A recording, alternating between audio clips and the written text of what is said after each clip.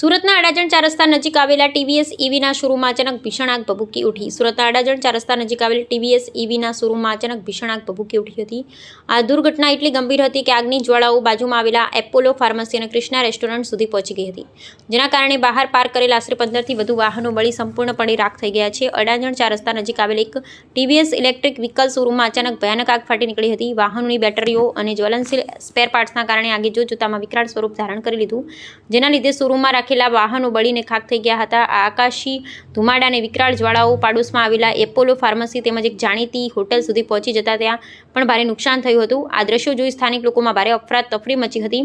ઘટનાની જાણ થતાં સુરત ફાયર બ્રિગેડની પાલનપુર, જહાંગીરપુરા, મુરા ભાગળ અને મુગલીશરા સહિતના 5 સ્ટેશનોની 10થી વધુ ફાયર ગાડીઓ તાત્કાલિક સ્થળ પર ઘસી ગઈ હતી.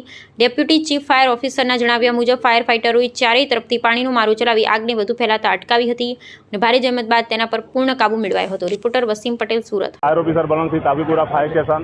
આપણે કંટ્રોલ દ્વારા ફોન આવ્યો કે વાપ્સ હોસ્પિટલ છે, આની બાજુમાં જે છે એને આગ લાગેલી છે.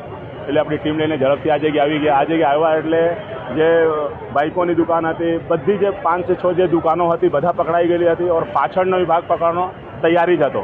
એટલે 6-7 ગેટની ગાડીઓ આવી ગઈ ઓર ચારો તરફથી અને આપણે કવર કરી લીધા ઓર કવર કરીને અને ઝડપથી આપણે ઓળવી કાઢેલા.